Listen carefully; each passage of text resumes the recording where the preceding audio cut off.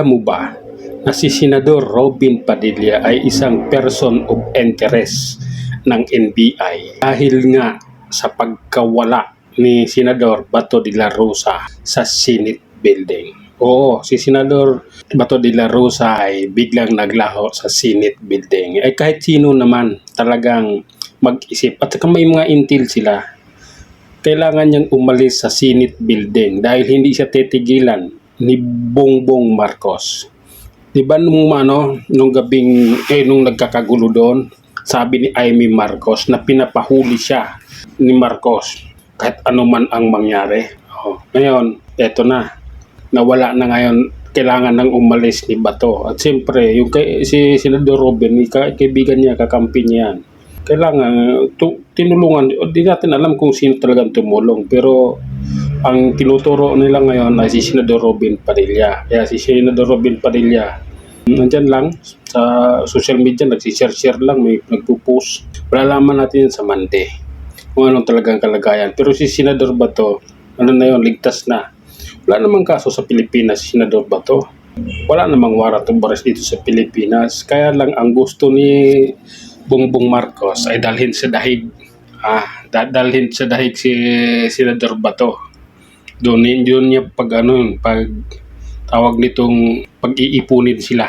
Lahat ng mga kakampi ni BP Sara Duterte at Digong dadalhin doon ni Marcos. Kaya tama yung ginawa ni Senador Bato na umalis sa Senate building.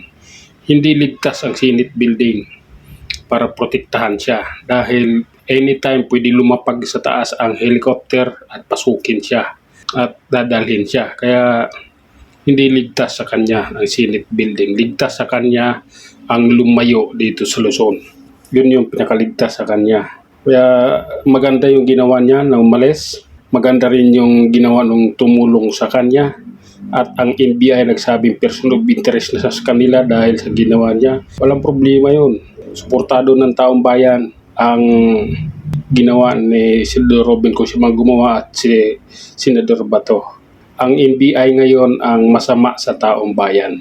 Masama ang ng mga Pilipino sa NBI director at NBI agent dahil yung director ngayon parang palengkero parang chismoso lang sa kanto, puro dada, wala namang nagawa, hindi na matino ang mga NBI ngayon, di katulad nung araw na si EP Mako Velasco pa yung NBI director. Dati galang-galang ang NBI, ngayon ang NBI ay napakasama ng kanilang imahe sa panahon ni Marcos Jr.